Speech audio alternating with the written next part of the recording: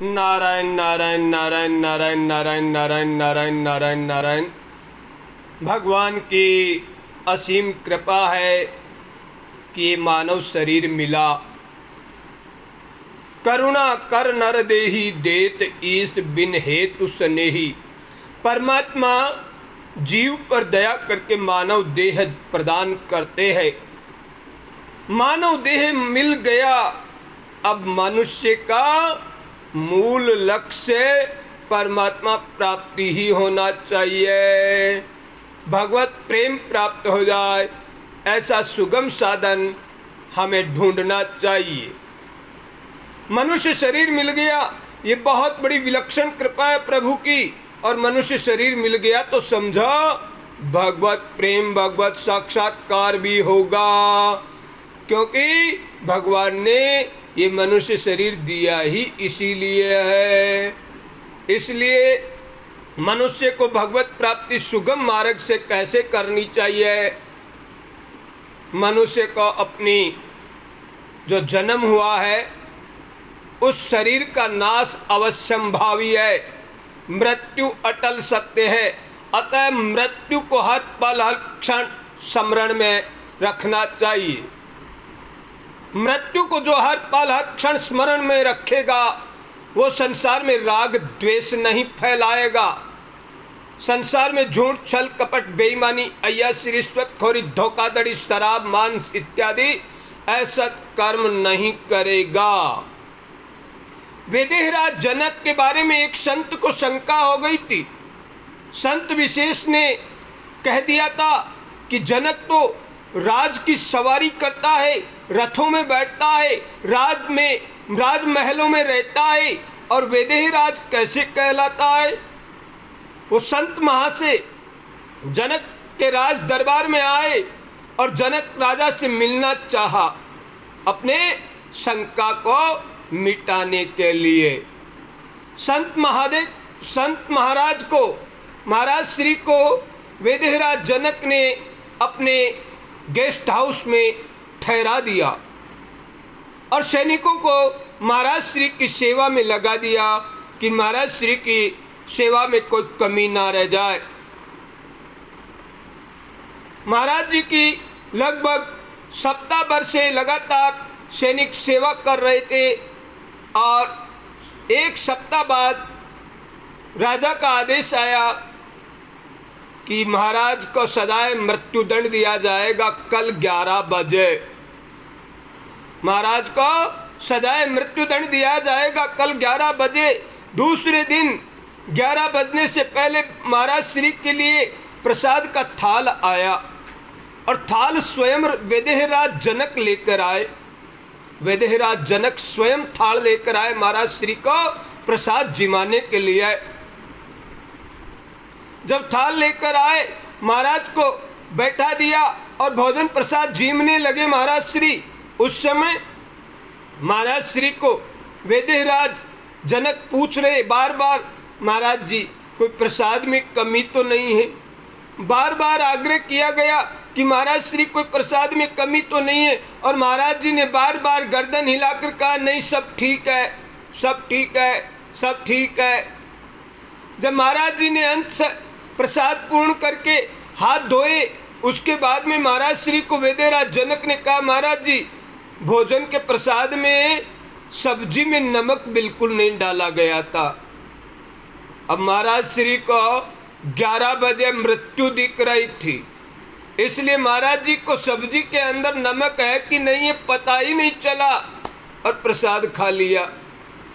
मेरे बंधुओं विचार करो, यदि मृत्यु को हर पल हर क्षण स्मृति में रखोगे तो तुम किसी भी असत कर्म को नहीं कर पाओगे, कभी भी कोई असत कर्म नहीं कर सकोगे। जिस आदमी को अपनी मृत्यु अटल सत्य दिखती है वो आदमी कभी भी गलत कृत्य नहीं करेगा, ना झूठ बोलेगा, ना पाखंड करेगा, ना ठगाई करेगा, ना किसी के साथ दुराचार व्यभिचार भ्रष्टाचार करेगा।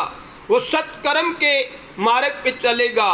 आज दुनिया मात्र में लोग मनुष्य मात्र के विषय में विचार विमर्श नहीं करते। अन्यथा विचार करो, तुम क्या लाए थे क्या साथ ले जाओगे। यदि यहीं से लिया यहीं पे दिया तो विचार करो। और साधन संपन्न लोग अपने पड़ोसी दीन दुखियों की सहायता में अपने धन का सदुपयोग करो, इसी में आपके मानव जीवन की सफलता है। अन्यथा तो मानव जीवन तो रहेगा नहीं, क्योंकि मृत्यु अटल सत्य है और मृत्यु के ग्रास में जाकर चौपहिया 4 पैर वाले या अनंत योनियों में आपको स्थानांतरण परमात्मा द्वारा किया जाएगा, इसमें कोई संदेह नहीं है। अतः वर्तमान समय में ऐसी वैचारिक क्रांति आ रही है कि वर्तमान समय सत्य असत्य का विभाजन करो और सत्य के क्षेत्र में खड़े रहो। यदि असत्य के क्षेत्र में खड़े रहे तो अपनी मानव देह का तुम पतन कर रहे हो। ये मानव देह रहेगा नहीं और जीव को सजा मिलेगी और जीव बार बार जन्म मरण के चंगुल में फंसा रहेगा। इसलिए वर्तमान मनुष्य देह में रहते रहते भगवत प्रेम भगवत साक्षात्कार प्राप्त कर लो। और भगवत प्रेम भगवत साक्षात्कार प्राप्त करने का सुगम और सरल मार्ग क्या है? प्राणी मात्र से प्रेम करो, जीव मात्र से प्रेम करो, इसी में आपका हित और कल्याण है। जीव मात्र से प्रेम करो, किसी की हिंसा मत करो। हम सब मनुष्य एक ही परमात्मा की संतान है, दो की नहीं। और पूरी दुनिया मात्र में अपने धर्म को श्रेष्ठ मानकर दूसरे के धर्म को निकृष्ट मानते हैं, वो स्वयं निकृष्ट होते हैं। ऐसे लोगों से बचो और बचाओ दुनिया को। सब मनुष्य परमात्मा की संतान है, इस बात को दृढ़ता पूर्वक स्वीकार करके प्राणी मात्र के हित में रत हो जाओ। यही मानवता की सफलता का सूत्र है। किसी जीव की हिंसा मत करो और यहां से प्राप्त किया धन यहीं की सेवा में लगा दो। सेवा ही परमो धर्म है, सेवा करना ही परम धर्म है। आपके मन से, वचन से, कर्म से प्राणी मात्र के हित में आपकी सेवा होनी चाहिए। और मृत्यु को अटल सत्य, शाश्वत सत्य को हर पर हर क्षण स्मरण में रखो। एक बार एक व्यक्ति बहुत बड़ा अपराधी था, बहुत बड़ा अपराधी था। उसके गुरु ने उसे एक दिन, उनके गुरु बड़े सिद्ध पुरुष थे, गुरुजी ने उस व्यक्ति विशेष को कह दिया कि तुम्हारी आज के ठीक 7वें दिन मृत्यु होगी। उस व्यक्ति ने महाराज श्री का ऐसा कहना हुआ और उसी दिन से उसने अपराध जगत का त्याग कर दिया। अपराध जगत का त्याग कर दिया और अपने परिवारजनों को बता दिया कि मैं 7वें दिन मर जाऊंगा, 7वें दिन मर जाऊंगा। उसने 6 दिन लगातार सत्कर्म किए, किसी का अहित नहीं किया, किसी के साथ लूटपाट नहीं की, किसी के साथ झूठ, व्यभिचार, दुराचार, भ्रष्टाचार, शराब, मांस इत्यादि का सेवन नहीं किया। 6 दिन पूरे हो गए। 6 दिन लगातार उस व्यक्ति विशेष ने ऐसे ही सत्कर्म किए, असत कर्म पूर्णतया विराम लगा दिया। 7वां दिन आया और उसने परिजनों को सबको बुला लिया और कहा कि आज मेरी मृत्यु अटल सत्य है, मृत्यु होगी। तब कहा ऐसा हो ही नहीं सकता, आप तो स्वस्थ हो। उनके गुरु को बुलाया गया, महाराज श्री को बुलाया गया। महाराज श्री, आपने कहा था 7वें दिन इनकी मृत्यु होगी और क्या है, ये क्या हो रहा है? महाराज जी ने उससे पूछा, तुमने 6 दिन में क्या क्या कृत्य किया? उसने कहा कि मैंने सत्कर्म किए, असत कर्म बिल्कुल नहीं किए। मैंने बुराई, व्यभिचार, दुष्टाचार सब परित्याग कर दिया, त्याग कर दिया। और 6 दिन से मैं बिल्कुल निश्चिंत होकर भगवान की याद में, भगवान के स्मरण में हर पल हर क्षण बैठा हूं। महाराज जी ने कहा कि तुम्हारी उम्र लंबी हो गई। और महाराज श्री ने उन्हें समझाया कि दुनिया पूरी 7 ही दिन में मरती है। सोमवार से लेके सोम, मंगल, बुध, बृहस्पति, शुक्र, शनि, दिन, ये 7 बार है। इन 7 बारों के अलावा 8वां बार कभी आता ही नहीं। इन 7 ही बारों में सभी जीव जंतु मरते हैं। इसलिए 7 दिनों में सबकी मृत्यु निश्चित है।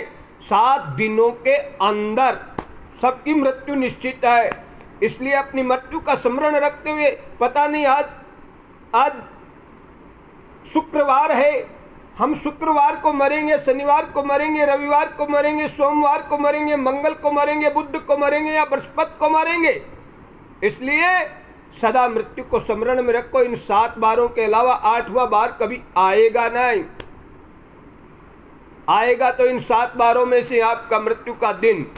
इसलिए जो मृत्यु को स्मरण में रखेगा वो तत्काल परिवर्तन कर देगा, क्योंकि मृत्यु अटल सत्य है। तो सत्य में स्थित होना है, परमात्मा में स्थित होना है, तो सत्य कर्म ही करना पड़ेगा।